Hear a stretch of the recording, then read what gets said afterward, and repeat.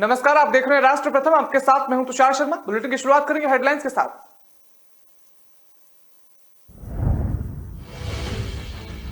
जम्मू कश्मीर के DG jail Hemant Lohia की घर में गला रेतकर हत्या, अमित शाह ने ली रिपोर्ट, एक्शन के दिए निर्देश।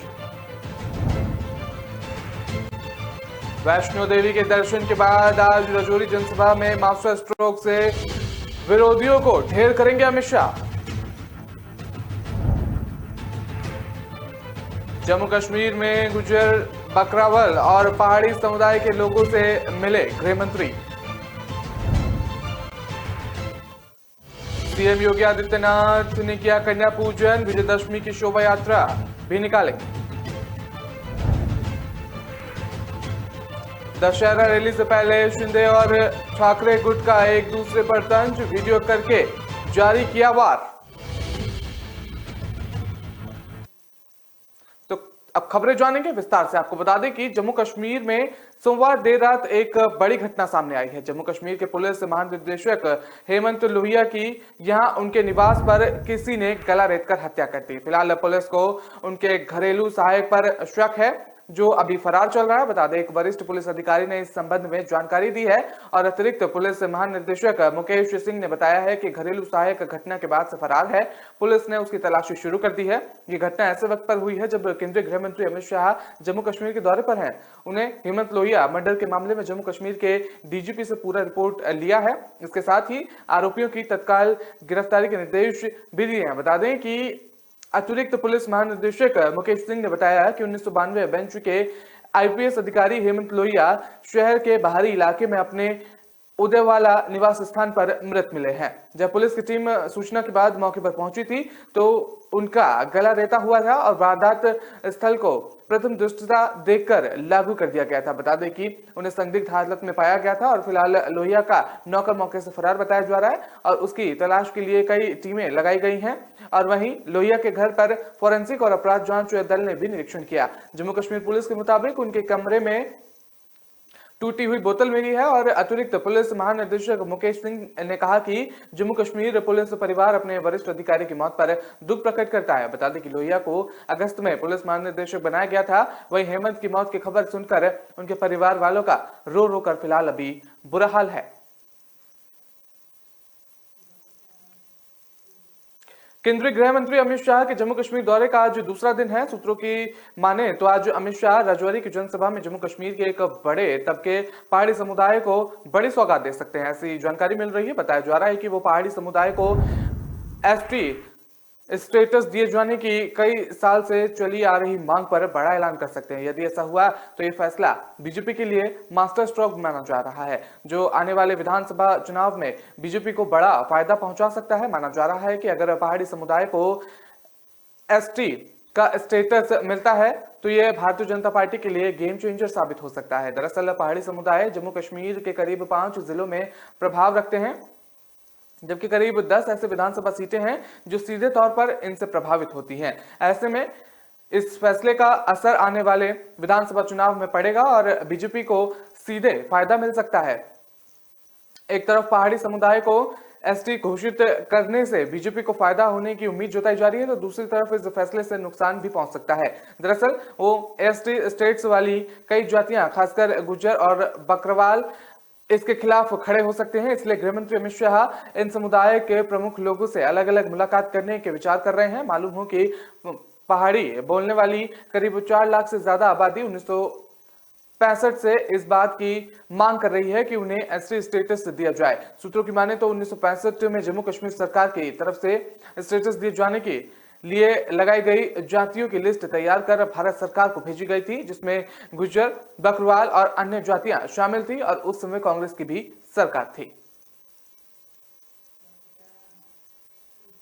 केंद्रीय गृह मंत्री अमित शाह सोमवार की शाम 3 दिवसीय दौरे पर जम्मू कश्मीर पहुंचे थे और उनके दौरे के मद्देनजर घाटी में सुरक्षा व्यवस्था चौक चौबंद है। बता दें, यहां पहुंचने के बाद शाह ने राजभवन में 5 समुदाय के लोगों से मुलाकात की। इस प्रतिनिधिमंडल में गुज्जर, बकरवाल, पहाड़ी, सिख और राजपूत समुदाय के लोग शामिल हैं। माना जा रहा है कि गृह मंत्री अमित शाह मंगलवार को राजौरी की सभा से पहाड़ी समुदाय को एसटी का स्टेटस दिए जाने की घोषणा कर सकते हैं। ये घोषणा बीजेपी के लिए गेम चेंजर मानी जा रही है। पहाड़ी समुदाय 10 विधानसभा सीटों पर प्रभाव डालते हैं। पहाड़ी समुदाय के लोग एसटी समुदाय में शामिल किए जाने को लेकर लंबे समय से मांग करते हुए नजर आ रहे थे। बता दें कि बीजेपी पहले से ही इस मांग को पूरा करने का वादा कर चुकी है और पहाड़ी समुदाय के लोग जम्मू क्षेत्र के राजौरी और पुंछ में, वहीं नॉर्थ कश्मीर के बारामूला में रहते हैं। अमित शाह राजौरी में रैली करने वाले हैं और माना जा रहा है कि अमित शाह राजौरी की रैली से पहाड़ी समुदाय को एसटी में शामिल कराने का ऐलान करेंगे। बता दें कि हालांकि गुज्जर और बकरवाल पहाड़ी समुदाय को एसटी में शामिल किए जाने पर विरोध जताते हैं। एजेंसी के मुताबिक जम्मू में गुज्जर और बकरवाल समुदाय के छात्रों ने इस संबंधित फैसले के विरोध में शांतिपूर्ण प्रदर्शन भी किया है। नए नियमों के मुताबिक जम्मू कश्मीर विधानसभा में समुदाय के लिए 10% रिजर्वेशन दिया गया है और विधानसभा में कुल 9 सीटें एसटी समुदाय के लिए आरक्षित हैं। दक्षिण कश्मीर के गुज्जर और बकरवाल समुदाय ने धमकी दी है कि अगर पहाड़ियों को आरक्षित दिया जाता है तो वो इसके विरोध में अपने आंदोलन को और तेज कर देंगे।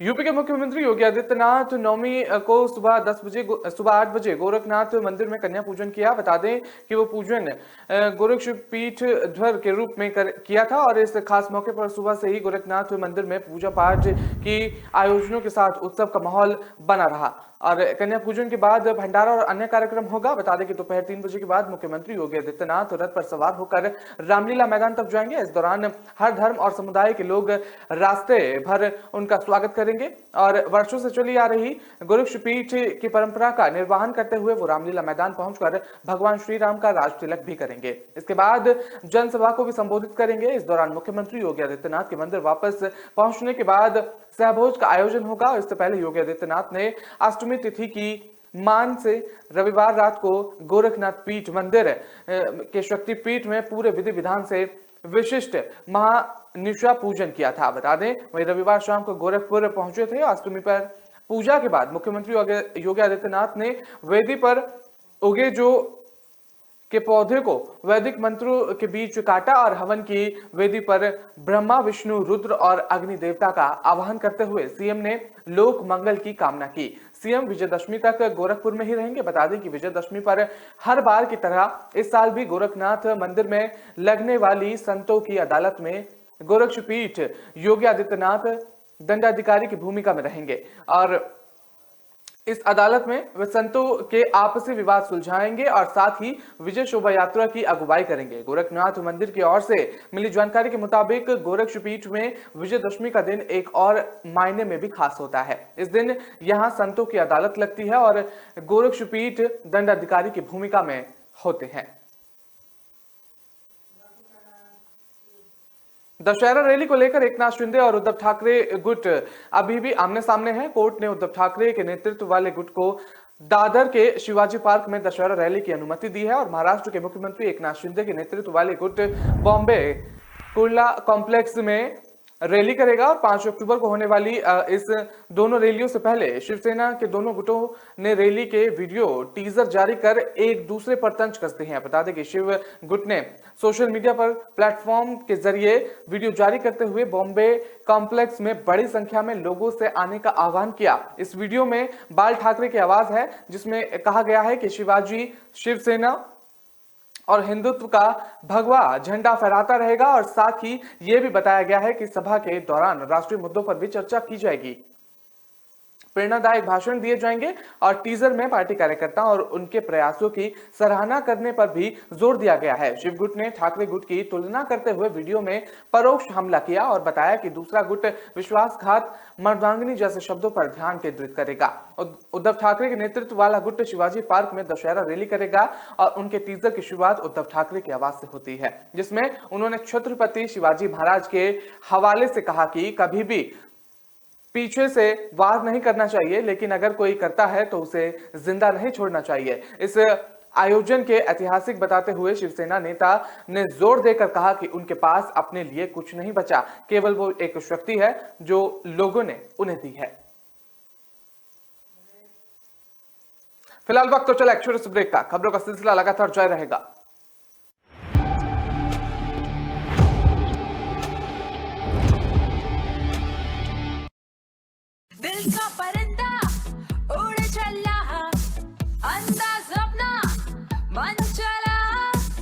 गीत सुन ले, जी भर के जी ले, रुकना ना तू अब ठहर।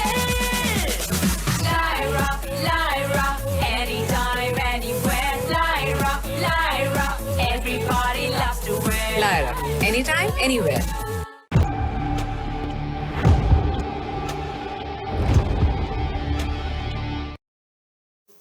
ब्रेक के बाद आपका स्वागत है। रुक करते हैं अगली खबर का। आपको बता दें कि कांग्रेस नेता राहुल गांधी ने कर्नाटक में भारतीय जनता पार्टी की सरकार को देश में सबसे भ्रष्ट करार दिया और कहा कि कमीशन लेने की शिकायतें प्रधानमंत्री नरेंद्र मोदी को भेजी गई हैं, लेकिन कोई कार्रवाई नहीं की गई। भारत जोड़ो यात्रा के 26वें दिन की शुरुआत करते हुए राहुल गांधी पुराने मैसूर शहर की सड़कों से गुजरे और जो 10 दिवसीय दशहरा उत्सव के लिए सजाई गई थी। पदयात्रा कर मांडला पहुंचे और यात्रा के दौरान कांग्रेस के पूर्व अध्यक्ष का स्वागत करने के लिए सड़क के दोनों ओर लोगों का जमावड़ा सा लग गया।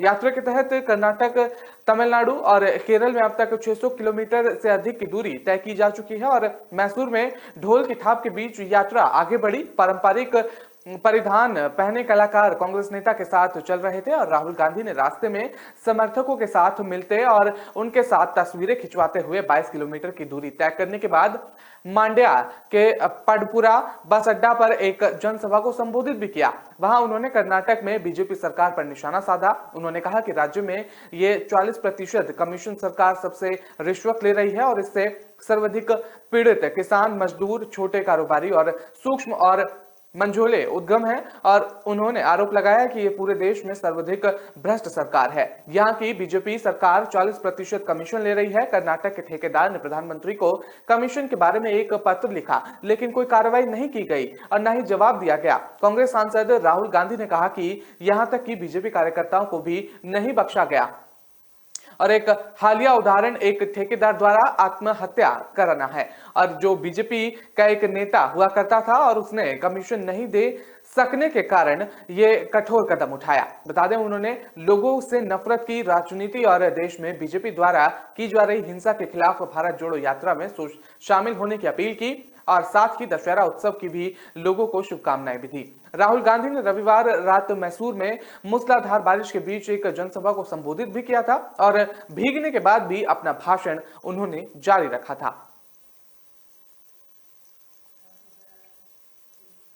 राजस्थान में जारी राजनीतिक खींचातान के बीच मुख्यमंत्री अशोक गहलोत ने कहा कि राजनीति गुणा भाग का खेल है, जहां जो दिखता है वो होता नहीं और जो होता है वो दिखता नहीं। यह बयान उन्होंने राजधानी जयपुर में आयोजित इन्वेस्टर समिट में एक कार्यक्रम में दिया है। अशोक गहलोत ने कहा कि कई न्यूज चैनल ने अपने विचार के मुताबिक खबरें चलाई जिससे उनके छवि का नुकसान हुआ और किसी का कोई फायदा भी नहीं हुआ। बता दें कि राजनीति गुणा और भाग का खेल है।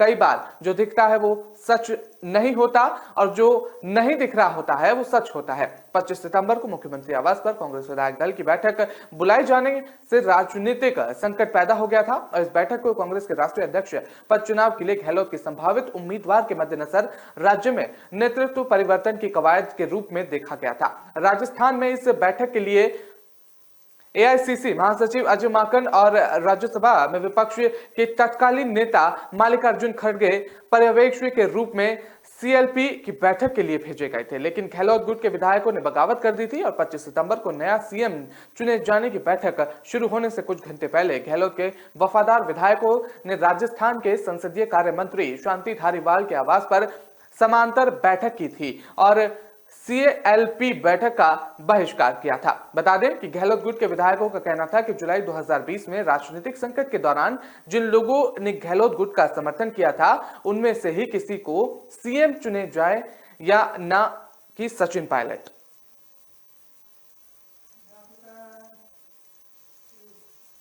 बीते कुछ दिनों से हार्ट अटैक से मौत के वीडियो सोशल मीडिया पर धड़ल्ले से वायरल होते नजर आ रहे हैं। ऐसा ही एक वीडियो गुजरात से भी सामने आया है जिसमें एक युवक की गरबा खेलते खेलते दिल का दौरा पड़ने से मौत हो गई और ये युवक अंडे जिले के तारापुर की शिव शक्ति सोसाइटी में रहता था और इसकी उम्र महज 21 साल की बताई जा रही है। जानकारी के मुताबिक तारापुर की शिव शक्ति सोसाइटी में नवरात्रि के अवसर पर पूरे 9 दिनों तक गरबा का आयोजन होता है और 30 सितंबर की रात के वीरेंद्र सिंह राजपूत नाम का एक युवक भी गरबा खेलने रहा था और इस दौरान कई लोग गरबा का वीडियो भी बना रहे थे और तभी अचानक से वीरेंद्र गरबा खेलते खेलते जमीन पर गिर पड़ा। आनंद फानंद में उस अस्पताल ले जाया गया, जहां अस्पताल पहुंचकर पता चला कि वीरेंद्र ने रास्ते में ही दम तोड़ दिया था। डॉक्टर का कहना था कि दिल का दौरा पड़ने से उसकी मौत हो गई है और हंसते खेलते माहौल में वीरेंद्र की अचानक मौत से परिवार में मातम छा गया और वीरेंद्र के पिता मौरज गांव के प्राथमिक स्कूल में प्रधानाचार्य हैं और वो 2 भाइयों में छोटा था। बता दें कि सेहत में फिट होने के बाद भी वीरेंद्र को अचानक से दिल का दौरा पड़ता रहा और उसकी मौत हो गई, जिसका वीडियो दिखाई देता है। और गरबा खेलते हुए वीरेंद्र कुछ असहज महसूस तो करता है लेकिन वो रुकता नहीं। सीधे तौर पर यह वीडियो धड़ल्ले से वायरल हो रहा है। बता दें कि आखिरी में उसकी सांसें रुक जाती हैं। हाल ही में जम्मू जिले के बिश्वा तहसील में जागरण मंच पर डांस करते हुए 19 साल के योगेश गुप्ता की मौत हो गई थी और योगेश मंच पर मां पार्वती और सती का रोल निभा रहे थे। बता दें कि वो काफी देर से डांस कर रहा था और जब वो गिरा तो कुछ देर तक लोगों को समझ नहीं आया और बाद में डॉक्टर के पास गया तो वहां पर डॉक्टर ने उसे मृत घोषित कर दिया। गुरुग्राम के मेदांता में भर्ती सपा संरक्षक मुलायम सिंह यादव की हालत गंभीर बताई जा रही है और बता दें कि डॉक्टरों की टीम लगातार उनके स्वास्थ्य पर लगातार निगरानी रखी हुई है। मुलायम सिंह के लिए देश भर में दुआओं का दौर लगातार जारी है। सांस में तकलीफ की शिकायत के बाद शनिवार को उन्हें भर्ती कराया गया था। बता दें कि पहले प्राइवेट वार्ड में रखा गया, बाद में ऑक्सीजन लेवल कम होने के बाद आईसीयू में भर्ती कराया गया, लेकिन अब क्रिटिकल केयर सेंटर में शिफ्ट करा दिया गया है। मुलायम सिंह यादव के स्वास्थ्य को लेकर अस्पताल ने एक बयान में कहा है कि मुलायम सिंह अभी गुड़गांव के मेदांता अस्पताल में की क्रिटिकल केयर यूनिट में भर्ती हैं और विशेषज्ञों की टीम उनका इलाज कर रही है। अस्पताल के सूत्रों के मुताबिक ये जानकारी मिल रही है कि कैंसर रोग विशेषज्ञ डॉक्टर नितिन सूद और डॉक्टर सुशील कटारिया की निगरानी में उनका इलाज लगातार जारी है। केंद्रीय मंत्री एसपी बघेल नेता जी का हाल जानने के लिए कल मेदांता अस्पताल पहुंचे थे। इसके साथ ही उनके भाई शिवपाल यादव और कुछ अन्य बड़े नेता भी अस्पताल पहुंचे थे। बता दें कि मुलायम सिंह यादव के बेटे अखिलेश यादव बहू डिंपल यादव अस्पताल पहुंचे थे और सूत्रों के हवाले से जानकारी मिल रही है कि पार्टी के कुछ कार्यकर्ता भी उनके हालचाल जानने के लिए अस्पताल परिसर पहुंचे थे और उन्हें अस्पताल नहीं आने की सलाह दी गई थी। बता दें कि प्रधानमंत्री नरेंद्र मोदी और उत्तर प्रदेश के मुख्यमंत्री योगी आदित्यनाथ ने भी अखिलेश यादव से बात कर उनके पिता का हालचाल पूछा था। सूत्रों के अनुसार मोदी ने अखिलेश यादव का आश्वासन दिया और कहा, हर संभव मदद और सहायता उपलब्ध कराने के लिए हम तैयार हैं। राष्ट्रीय राजधानी में साफ सफाई के रखरखाव में भारतीय जनता पार्टी की विफलता के विरोध में आम आदमी पार्टी यहां लगभग 3,500 स्थानों पर कूड़ा से बने रावण के पुतले जलाएगी। बता दें कि राजेंद्र नगर से आप के विधायक दुर्गेश पाठक ने कहा कि आपके नेता और समर्थक अलग अलग स्थानों पर पुतले जलाने के बाद विरोध प्रदर्शन करेंगे और दिल्ली नगर निगम चुनाव जल्द से जल्द कराने की मांग करेंगे। जब कहा गया कि खुले में कूड़ा जलाना गैर कानूनी है तो इसी तरह के प्रदर्शन से वायु प्रदूषण बढ़ेगा। बता दें तो पाठक ने कहा कि ये केवल एक प्रतीकात्मक कार्रवाई होगी। दिल्ली की 3 तत्कालीन नगर निगम पर बीजेपी का शासन था और उनका मई में एकत्रीकरण कर दिया गया था। उनका नाम दिल्ली नगर निगम कर दिया गया था। बता दें आपके आरोप पर एमसीडी या बीजेपी की ओर से तत्काल कोई प्रतिक्रिया नहीं सामने आई है। पाठक ने कहा कि दिल्ली बहुत गंदी है और आप जहां भी जाएंगे आपको कचरा दिखाई देगा। 3 कूड़े के पहाड़ पहले से ही है, जबकि बीजेपी कूड़े के 16 और पहाड़ बनाने की तैयारी कर रही है। दिल्ली में कूड़ा बीजेपी की असमक्षा और नाकामी का प्रतीक बनता जा रहा है। उन्होंने कहा कि आप सांकेतिक विरोध करते हुए कल दिल्ली में करीब 3,500 स्थानों पर कूड़े से बने रावण का पुतला फूकेंगे। दशहरा पर राक्षस राजा रावण के पुतले जलाए जाते हैं जो बुराई पर अच्छाई का प्रतीक है। इस साल 5 अक्टूबर को दशहरा पड़ेगा और पाठक ने कहा कि पुतला फूकने के बाद पार्टी के नेता और समर्थक नगर निगम के चुनाव जल्द से जल्द कराने की मांग को लेकर प्रदर्शन भी करेंगे। फिलहाल वक्त तो चला एक छोटे से ब्रेक का। खबरों का सिलसिला लगातार जारी रहेगा।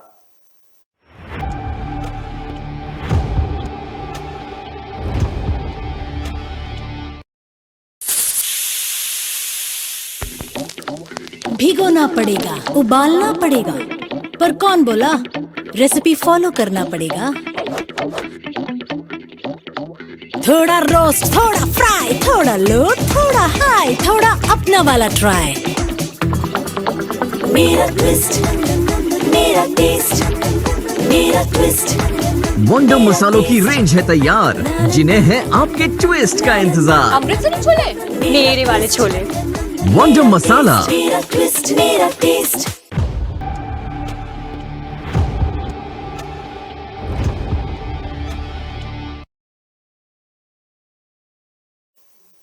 ब्रेक के बाद आपका स्वागत है। रुक करते हैं अगली खबर का। आपको बता दें कि मध्य प्रदेश सरकार ने किसानों को बड़ी राहत दी है और बता दें कि बाढ़ और अतिवृष्टि के कारण फसल क्षति का मुआवजा मिल गया है और मुख्यमंत्री शिवराज सिंह चौहान ने किसानों के खेतों में 202.64 करोड़ की राशि जारी की है और 19 जिलों के प्रभावित किसानों को सिंगल क्लिक के जरिए राशि भेजी गई है। और राहत राशि वितरण कार्यक्रम में आज मुख्यमंत्री ने वीसी के माध्यम से प्रभावित किसानों का हालचाल भी जाना और उन्होंने कहा कि सरकार जनता के साथ हर परिस्थिति में खड़ी है और भगवान ना करे कि कभी कोई ऐसा संकट आए, लेकिन आ भी जाए तो उसके लिए हम निपटेंगे। मुख्यमंत्री शिवराज सिंह चौहान ने किसानों से कहा कि मैं हमेशा कहता हूं कि मध्य प्रदेश में मेरा मंदिर है और प्रदेश में रहने वाली जनता भगवान है। जनता का पुजारी शिवराज सिंह चौहान है। सभी सरकारी अधिकारी कर्मचारी जनता की सेवा के लिए हैं। उन्होंने बताया कि सरकार ने मानसून से पहले ही आपदा प्रबंधक और राहत की योजना बना ली थी। हमने प्रबंधक तंत्र को तैयार रहने के निर्देश भी दिए थे। इसी के लिए प्राकृतिक संकट के समय शासन ने भी देर नहीं की। मैं जनप्रतिनिधियों को भी बधाई देना चाहूंगा कि संकट में तत्काल मौके पर पहुंच गया और उन्होंने राहत और बचाव कार्य में भी मदद की। सर्वे के विषय में पहले शिकायतें आती थी और अब पटवारी ने गड़बड़ की थी।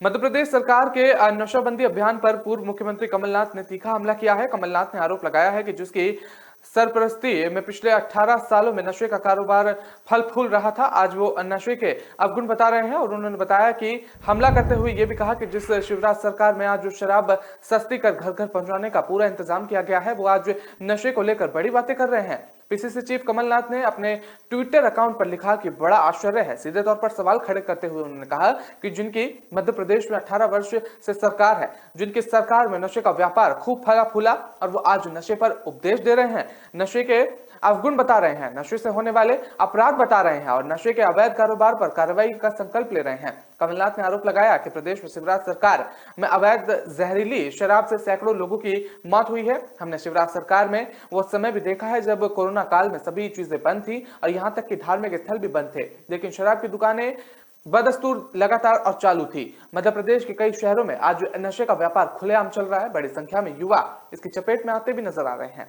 तो कमलनाथ ने सीधे तौर पर यह तंज कसा है।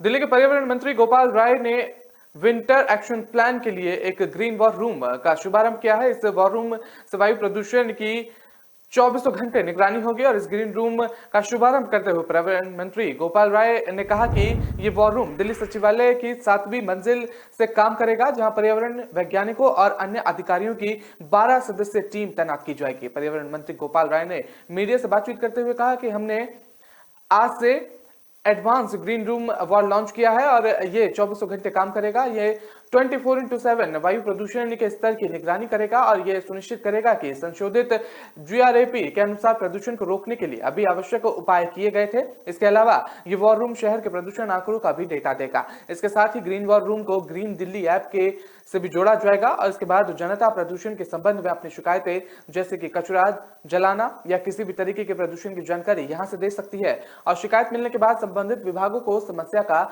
समाधान करने के लिए कहा जाएगा। आवश्यक निर्देश भी जारी किए जाएंगे इसके लिए। वहीं गोपाल राय ने कहा कि अब तक राजधानी के विभिन्न इलाकों में जनता द्वारा ग्रीन दिल्ली ऐप पर 54,126 शिकायतें प्राप्त हुई हैं, जिसमें से लगभग 90% का समाधान किया जा चुका है और अधिकतम 32,573 शिकायतें MCD से संबंधित है, जबकि PWD में 9,118 शिकायतें हैं और 3,333 शिकायतें DDA से संबंधित है। बता दें कि दिल्ली के मुख्यमंत्री अरविंद केजरीवाल ने शहर में प्रदूषण से निपटने के लिए 15 सूत्रीय योजनाओं की घोषणा की थी।